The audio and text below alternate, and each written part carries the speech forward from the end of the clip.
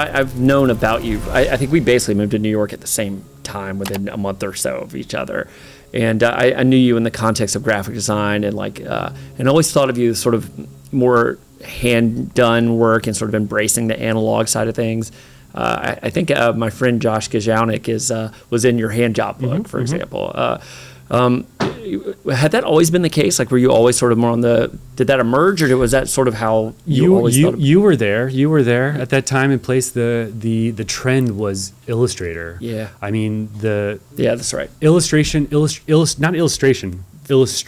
Vector. The vector art world was bananas. I mean, like Designers Republic and like Rinzin, and there was just this aesthetic that was like so popular, and it was also like early internet, so there was like Flash wasn't an animation. I mean, it was, but it was a programming language and a programming tool, and so all of these really cool hot websites were like vector, like tracings of people, and I had all these friends that were in that language, but I just always thought it was like flat and boring and uninteresting, and I just was like, computers are really cool, and I use one all day long, every day, but I am also like, I don't want to be on the computer all the time. Yeah. So I just was like, I know how to draw.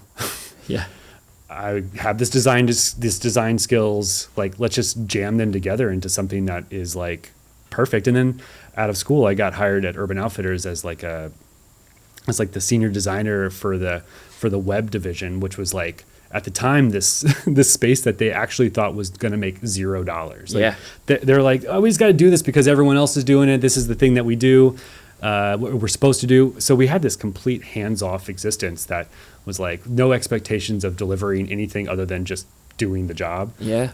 And it was a time when Urban was like was really open and interested in celebrating hand-drawn everything. I mean, Kevin Lyons was the creative director, and then there was this guy, Andy Beach, who worked in the office, and he's just the sweetest, most amazing human, and his work is like epic. And then I got like thrown into like, there's like the Tokyon world and like Deanne Chuk, and like just this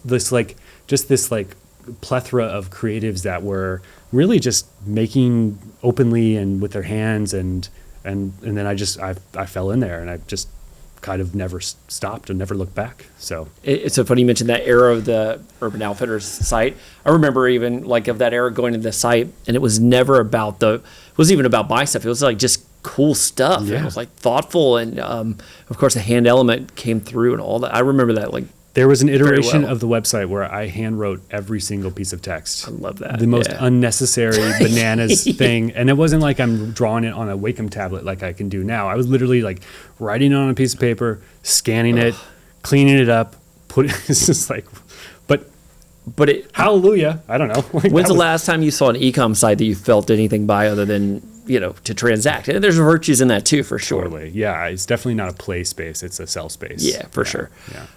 But I still just so appreciate like that like era,